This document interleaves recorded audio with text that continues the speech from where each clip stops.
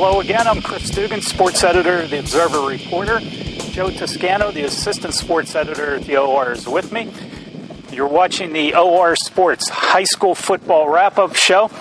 Joe, there are 5 undefeated teams remaining in the OR's coverage area.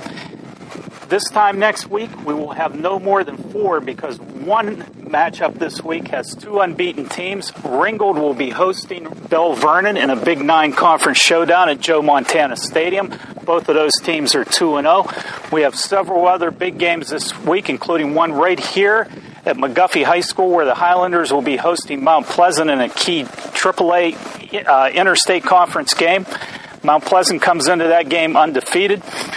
Joe, the big game, though, is in Monongahela. Ringgold against Belle Vernon, 2 Mon Valley heavyweights in this one. You've done some homework on this. What do you expect in this game? I expect the game to last about an hour because they're going to run every single play. The running attack that both teams have, just tremendous. Brendan Small, they call him Bam because I guess he bams into the people on the football field and knocks them over. He had 149 yards on just 5 carries last week before the game was called in the third quarter, so he could have been well over 200 yards. And Belle Vernon, if they throw the ball, then it's got to be something like 3rd down and 37 because that's the only time they feel comfortable passing the ball. They've thrown just about 12 times in the last 2 games combined. They run the ball. That's actually more than they threw the ball last year. They averaged 5-6 passes a game. Yeah, that's about it. And they have a quarterback who runs the offense really well, and Mike Fine. And 5 touchdowns in the opener this year. He did. Now, Belle Vernon has really not been tested. They've played Uniontown and Auburn Gallatin, 2 of the lower-level teams in the Big 9. Ringgold started off against Greensburg-Salem, had trouble for about a half and then pulled away, and then last week they played Auburn Gallatin. They didn't even play 4 full quarters in that game before the weather turned bad. And last week was a really unique week. It was probably the first time in more than a decade that we've had games interrupted by storms. Even canceled. It stopped, where they didn't continue the games. And Ringgold was one of them. I think it was just at the end of the third quarter. Yeah, I was at McGuffey last week, or at Waynesburg last week for their game against McGuffey, and we have Ed Dalton, the head coach of McGuffey, coming up. He's going to tell us what he did to keep his team focused at halftime. That game was delayed by an hour because of storms and lightning.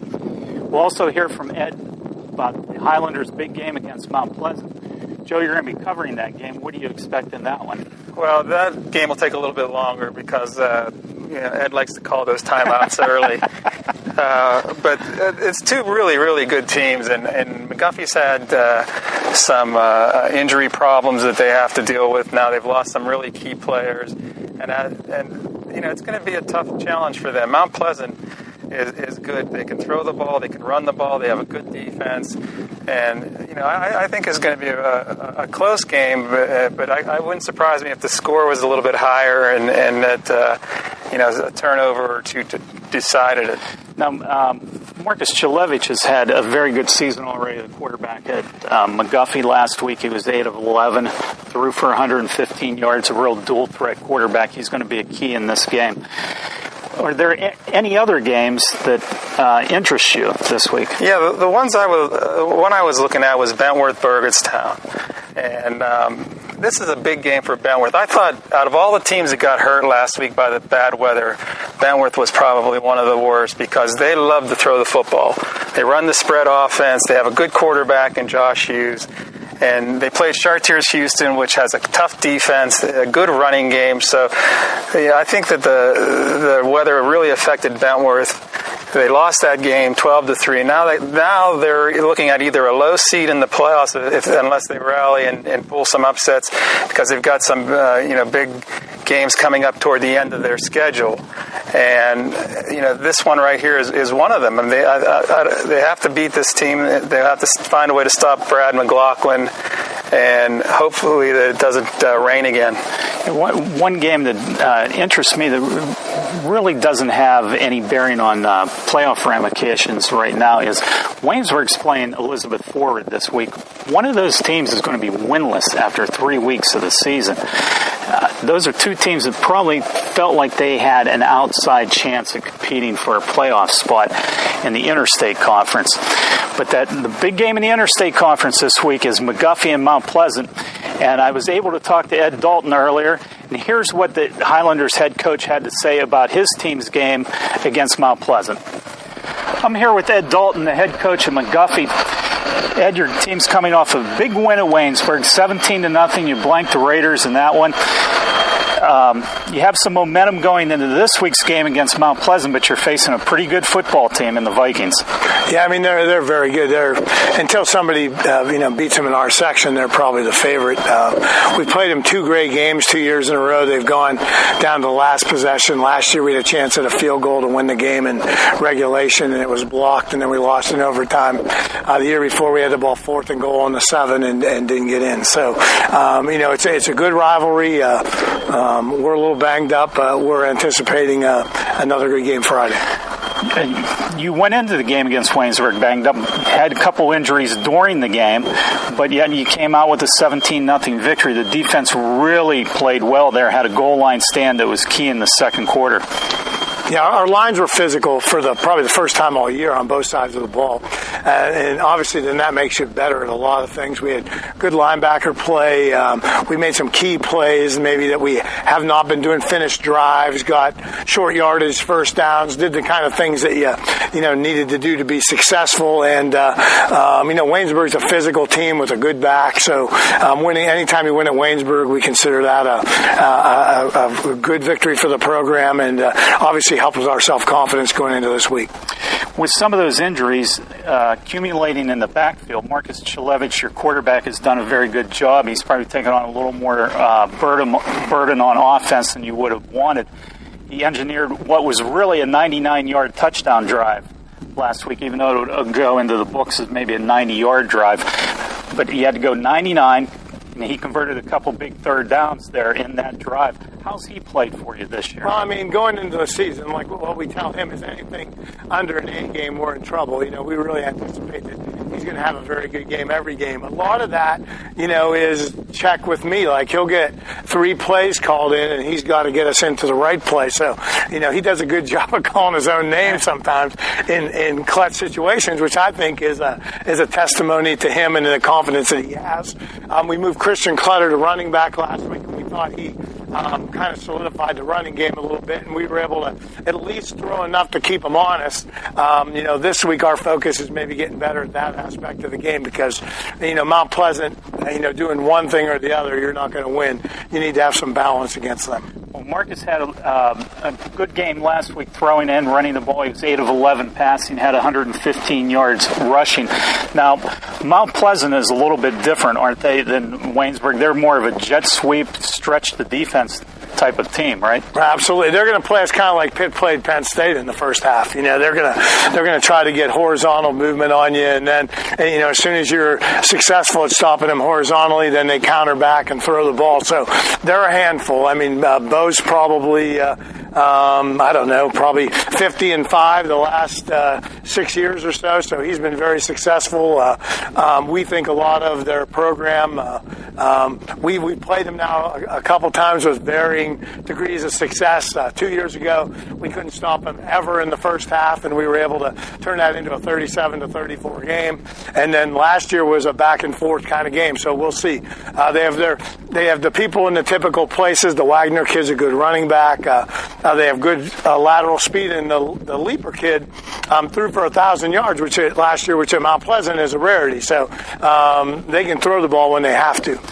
Now, last weekend it was a sort of a unique situation where you had a storm roll through at Waynesburg at halftime.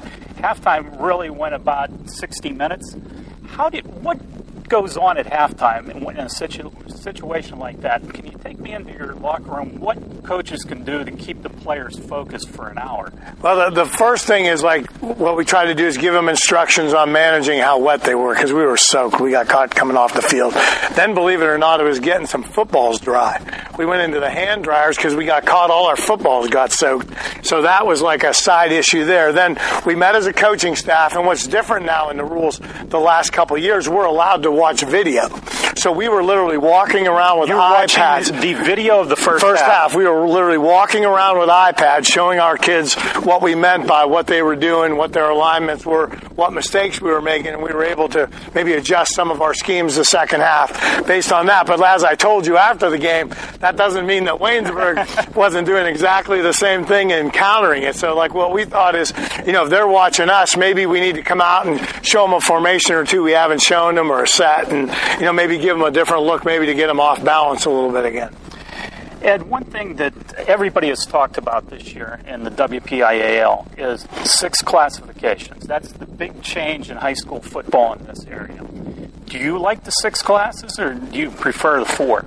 Well, coming from another area, the 6 classes, I do think, balance it out a little bit. You'll never balance out 6A because you have schools like Reading that literally have 1,800 boys in their upper 3 grades. There's we think of NA and schools like that with 600 or 700.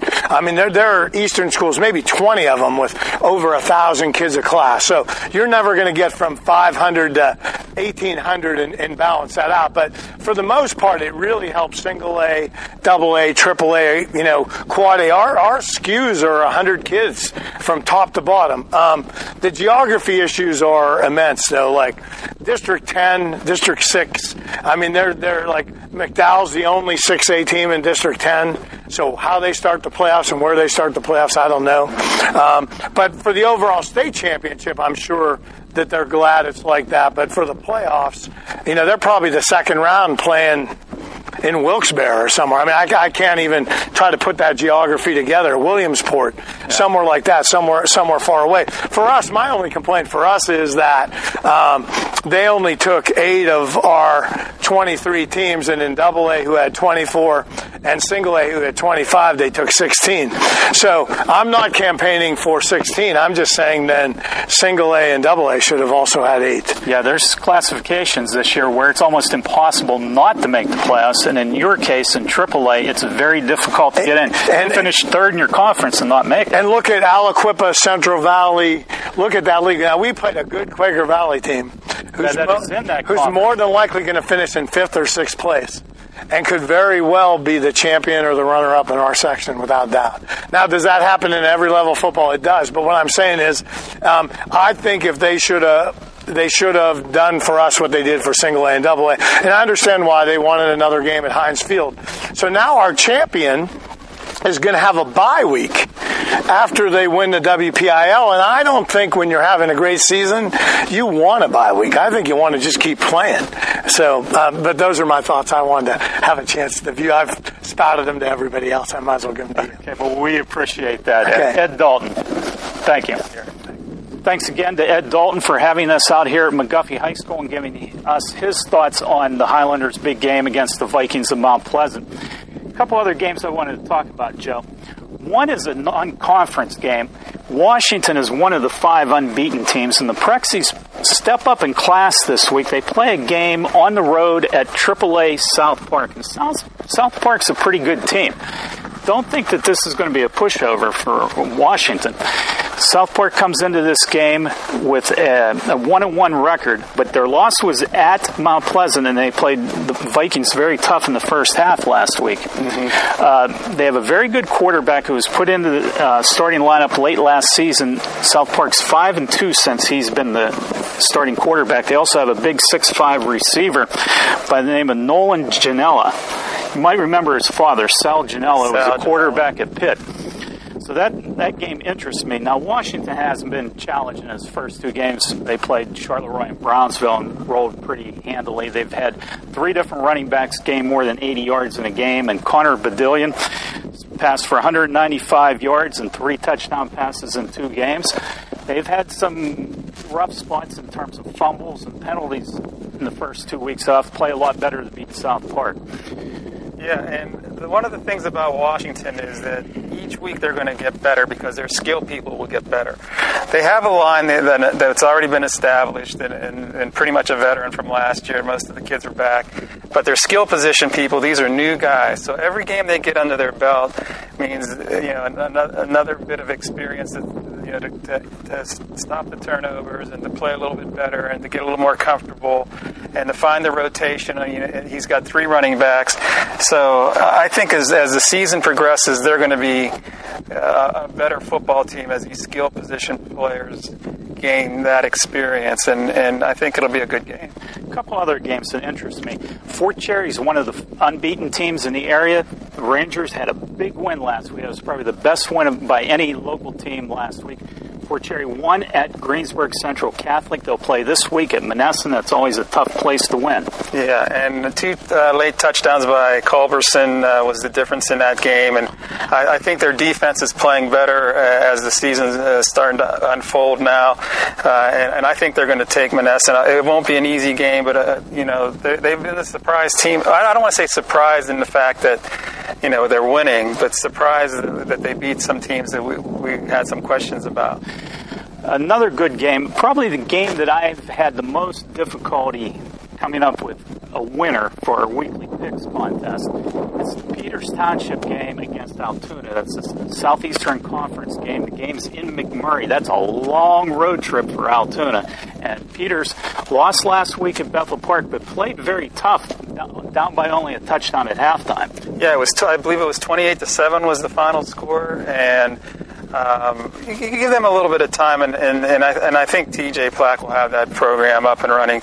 I don't think they can win this week, but by the end of the year, I expect them to be playing better football than they are now. Before we go, we wanted to give a couple of shout-outs to some people and teams from last week. Wanted to mention Dylan Rush, a running back at Mapletown. He carried 41 times last week against West Green. It's the second week in a row he's carried 41 times. He's the second leading rusher in the WPIAL with 639 yards. He's averaging 35 carries a game. As Lou Holtz once said, he's not in the union and the ball's not heavy, so give it to the running back. Yeah, another runner, Brendan Small, I talked a little bit about. He's 4th in the WPIL with 429 yards, and that's missing a quarter plus a few minutes of the last week's game, where he might be a little bit higher up on that list. And Jordan Costelli, the quarterback from Cannon McMillan, has thrown for 678 yards so far. He's been a nice surprise. He and Ramir Knight have a nice connection going there. Yeah, at the beginning of the year, you knew Cannon Mac could run the ball. Ended up their running back, Brian Milligan, has been injured and hasn't been playing, but Costelli's given them a nice passing game. Yeah, they've needed that, and it's kept them at least competitive in their games. Okay, thanks for watching the OR Sports High School Football Wrap-Up Show.